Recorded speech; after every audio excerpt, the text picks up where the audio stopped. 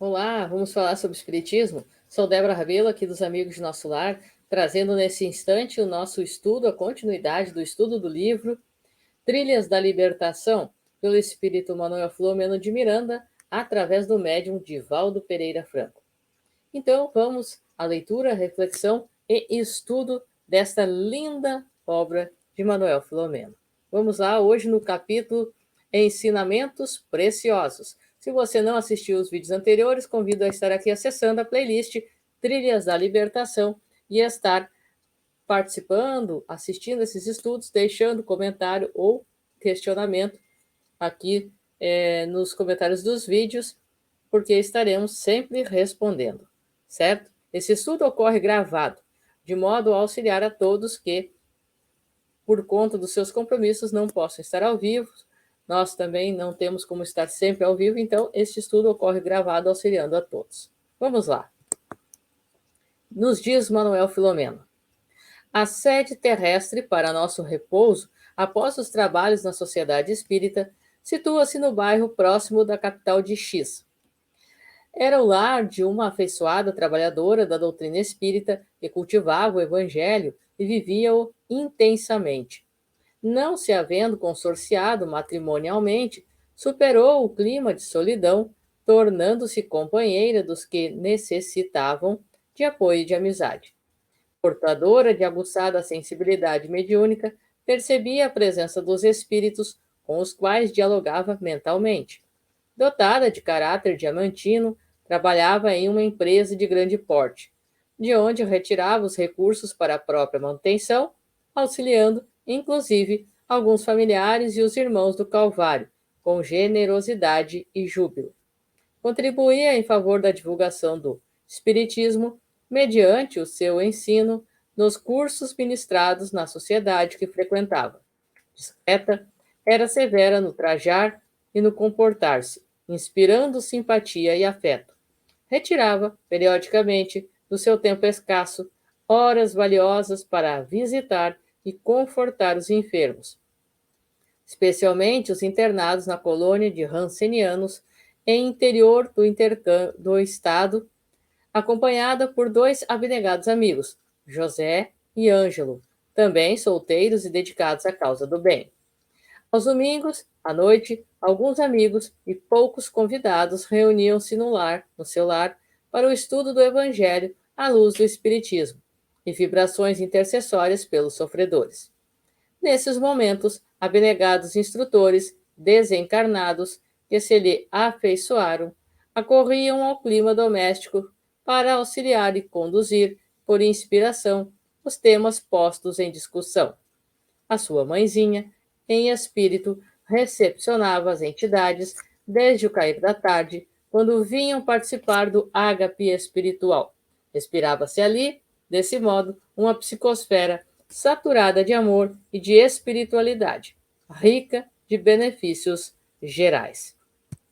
Ele começa aqui a sua descrição para nos informar como esta trabalhadora mantinha o seu equilíbrio espiritual, também físico, e desta maneira não era simplesmente uma pessoa que, na sua aparência, tinha lucidez, contato com boas maneiras no falar, no pensar, no agir, no vestir-se, mas também tinha equilíbrio entre o que pensava, o que dizia e o que agia.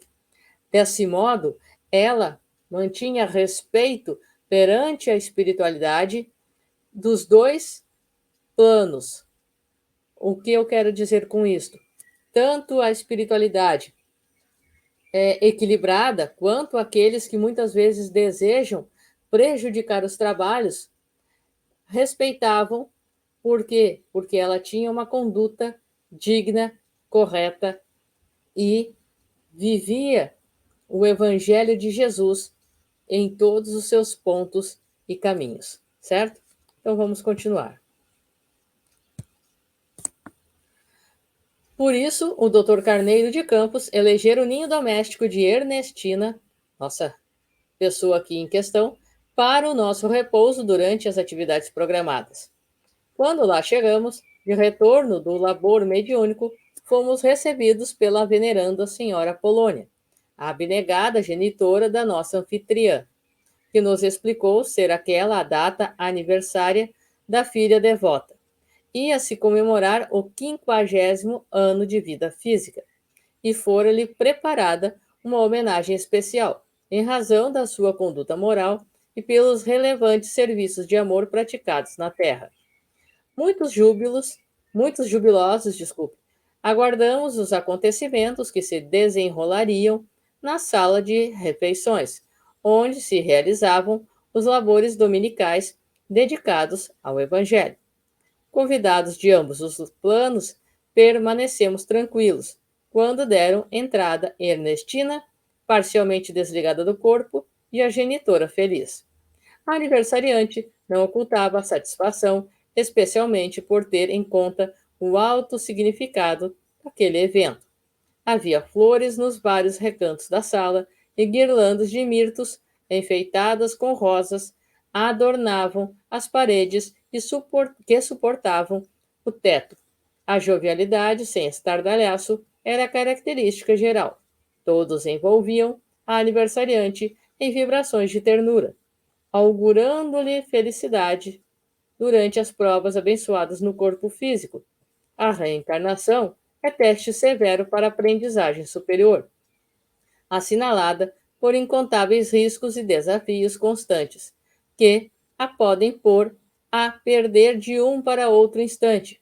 O véu carnal, que obscurece o discernimento da realidade maior, impede muitas vezes, se a pessoa não é afeiçoada à reflexão, e se adote o comportamento correto diante das inúmeras pressões que confundem a razão e o sentimento, gerando muitas dificuldades. Então, aqui a espiritualidade vem nos relatar que chegava o aniversário da Ernestina, a pessoa aqui em questão, trabalhadora, abnegada, equilibrada, com esforço, embora fosse solteira, não tinha filhos, ela não se entregara por causa disto à amargura e ao desespero e à solidão. Pelo contrário, Joana de Ângeles já nos dizia: só é solitário quem não é solidário. Então ela utilizava do seu tempo para a dedicação à doutrina espírita, para fazer o bem ao próximo, independente de quem fosse, auxiliar e realizar a caridade em instituições, na casa espírita também, divulgando a doutrina espírita, ou seja, ela buscava praticar em todos os locais aonde ela estivesse a caridade, o amor ao próximo, o evangelho, procurando assim exercer a sua mediunidade no lar, na família, junto das pessoas, de todas as formas, auxiliando os dois planos da vida, material e espiritual. Seu lar se constituía de um ponto de apoio terrestre para a espiritualidade, que ali encontrava um meio para encontrar descanso, realizar reuniões de forma espiritual durante o desdobramento do corpo físico, durante o sono, em que ela também assim participava, sendo uma efetiva e importante trabalhadora para a espiritualidade e para a casa espírita. Chegava o seu aniversário, então, e ali ele se encontrava. Vamos continuar.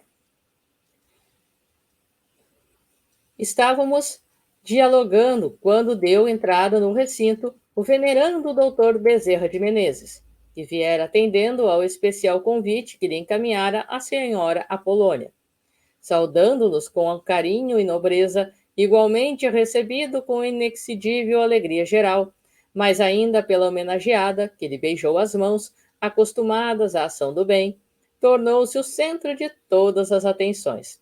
Decorridos alguns minutos, foi-lhe solicitado que fizesse uma oração gratulatória.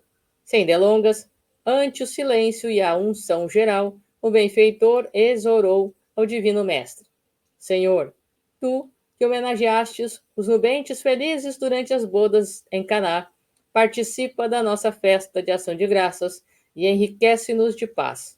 Agradecemos-te os anos que se passaram, prósperos para a nossa querida Ernestina, ensejando-lhe crescimento espiritual, abnegação e iluminação da consciência. Sabemos como é áspera, difícil a ascensão e quanto é ansado de escolhos o roteiro carnal. A cada momento, um novo encontro, um reencontro de consequências imprevisíveis, pode transformar-se em tormentoso desencontro. Ciladas são propostas por adversários inescrupulosos, e a sordidez das paixões que ainda predominam na natureza humana gera dificuldades de difícil superação, tentando imobilizar aqueles que se afeiçoam ao bom combate. Vícios que remanescem no comportamento, ressumam arbitrariamente e provocam desassossegos, constituindo-se inimigos severos do progresso.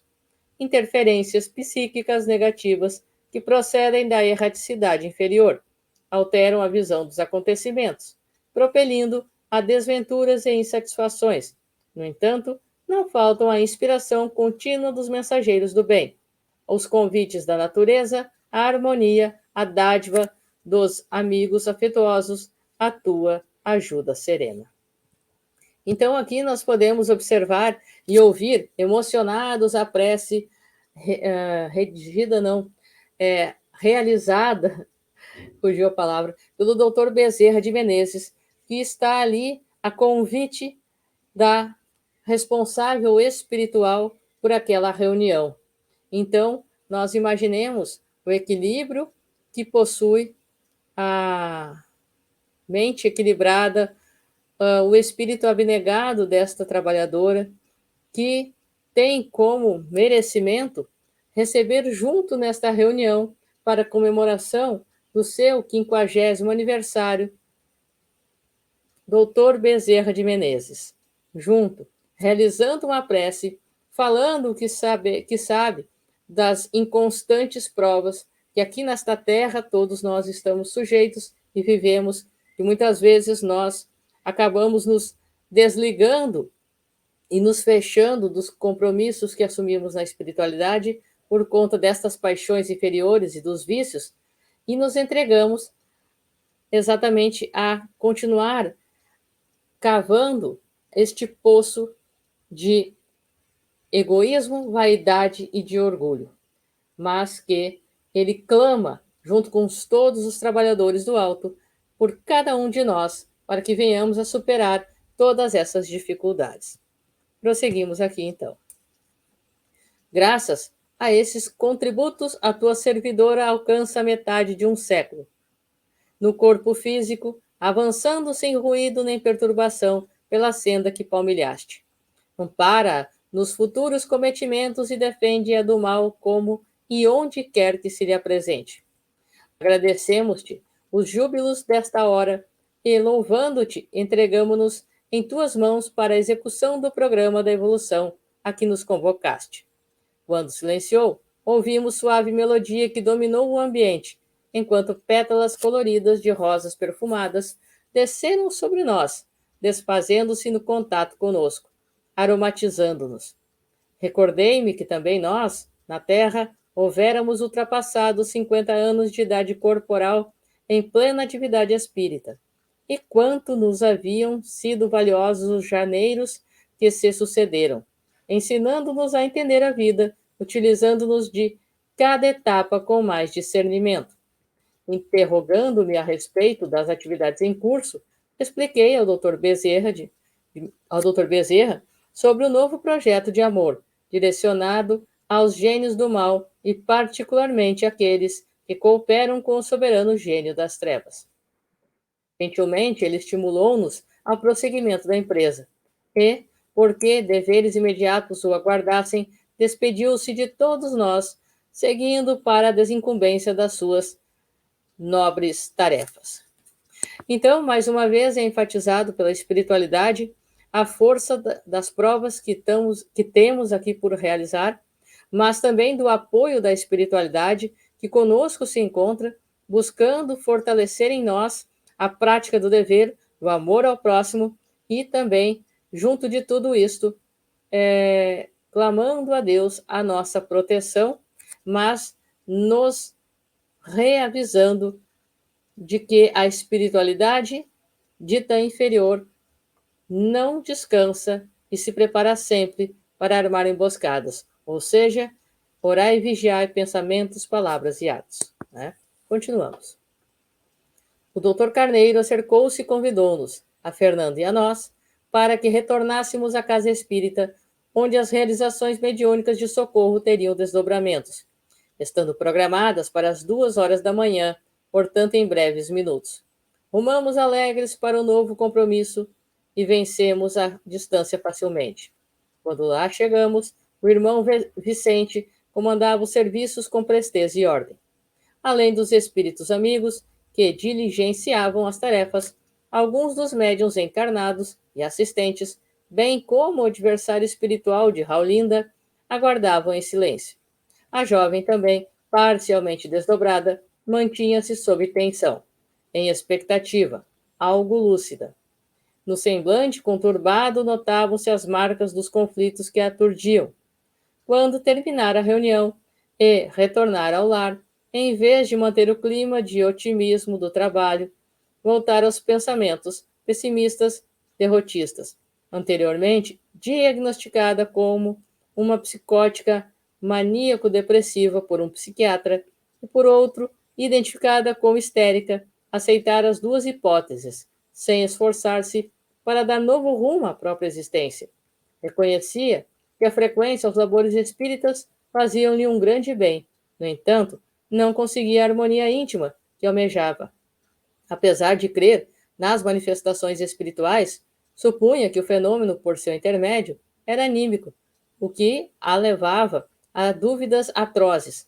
Lamentavelmente, ainda viceja entre as pessoas que acreditam na reencarnação, conhecendo, portanto, a causalidade dos sofrimentos humanos, uma ideia equivocada quanto às próprias problemáticas. Parecem anelar pelas soluções de fora e, porque não chegam conforme gostariam, entregam-se ao desânimo ou às dúvidas. Então, aqui ele vem nos descrever qual era o drama íntimo que a nossa querida aqui apresentava, em questão sendo auxiliada. Raulinda, que estava aqui sendo amparada. Tinha uma mediunidade aflorada, ostensiva, como nós dizemos também, mas, mesmo assim, achava que tudo partia dela própria, pensando que eram apenas manifestações suas, e não de outros espíritos. Por isso, manifestações anímicas, do seu ânimo, dela própria, e não de outros espíritos. Não conseguia acreditar e confiar em si mesma, e por conta disto, procurava auxílio apenas na medicina terrestre, que ainda não estava preparada para auxiliá-la. Hoje em dia, nós temos muitos médicos já despertando a esta realidade. Por quê? Porque nem tudo se trata da chamada loucura, de esquizofrenia, de epilepsia, entre outros transtornos mentais. Pelo contrário, trata-se de mediunidade não educada e não equilibrada, certo? Mas ainda existem muitos entraves que atrapalham nesses diagnósticos e nestes auxílios às pessoas, certo? Continuemos aqui. Raulinda não era exceção. Esperava que o espiritismo lhe resolvesse o problema de saúde emocional e lhe brindasse um companheiro fiel, amoroso, para sempre. Sonho esse, aliás, acalentado por muitas pessoas do sexo feminino como do masculino, no sentido inverso, resolvendo-lhes a questão basilar da afetividade. Acercamo-nos da moça, o Dr. Carneiro de Campos comentou. Sem dúvida, como decorrência de atitudes levianas do pretérito, nossa paciente apresenta algumas síndromes do fenômeno histérico, associado ao transtorno psicótico maníaco-depressivo. E assim nós vamos vendo seus relatos. Continuemos então. O seu perseguidor foi-lhe vítima da insensatez moral que se imprimiu nas tessituras sutis do perispírito e que, ora, se manifesta como insatisfação, crises periódicas de contrações, paralisias e nevralgia uterina. O fenômeno fisiológico está intimamente ligado ao distúrbio psicológico derivado da consciência de culpa. Esta impõe a autoflagelação e perturba as atividades nervosas normais, dando surgimento aos estados de desequilíbrio.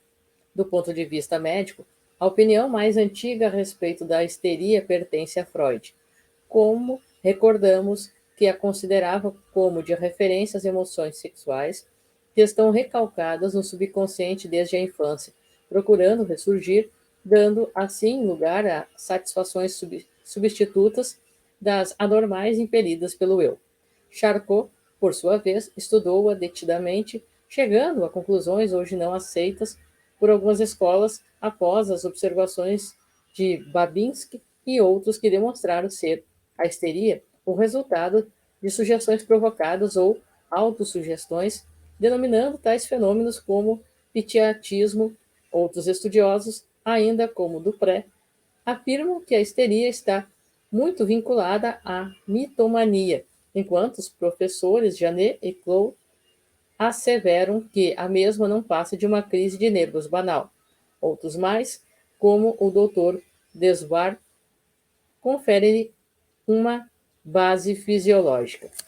Então, nós podemos perceber aqui que muitas vezes as emoções retraídas não equilibradas na área sexual eclodem em diversas áreas do nosso organismo, acabando assim gerando culpas e autopunições pelos desregramentos e também pelas criações e emanações mentais que a mente doente acaba criando e se autoflagelando como uma forma de libertar-se dessas dores, destes erros, quando o reequilíbrio pode vir do direcionamento dessas energias para outras ações da vida, seja na parte do estudo, trabalho, e, entre outras tarefas que também reequilibrariam tranquilamente o nosso organismo, sem autopunições, sem culpas por aquilo que sentimos e pelas vibrações que emanamos, certo? Continuemos. O importante é verificarmos que todas as teorias abrem espaço para os conflitos que remontam à reencarnação, que os nobres cientistas não estudaram. Se o conflito histérico dorme no subconsciente desde a infância, o conceito de Freud seria de pensar-se na possibilidade da sua pré-existência ao berço, uma herança do espírito para si mesmo, na hipótese de ser uma sugestão transmitida ou autossugestão. No conceito de Babinski, verificamos que essa sugestão procede do mundo espiritual, da vítima do gravame sofrido. Na visão de Dupré, sendo a decorrência de uma organização mitomana, encontramos as reminiscências morais deficientes do caráter do enfermo, que procedem das experiências transatas. Por fim, ante os conceitos de Janet e Claude, tais crises nervosas são resultados dos conflitos da consciência culpada. E mesmo nos casos de Desvar e outros que lhe conferem gênese fisiológica, o psiquismo é fator preponderante para sua manifestação. O bondoso amigo silenciou por alguns segundos, enquanto olhou a paciente com um misto de ternura e de piedade, logo concluindo: seja qual for a causa detectada pelos cientistas da medicina, não podemos dissociar o paciente da sua enfermidade.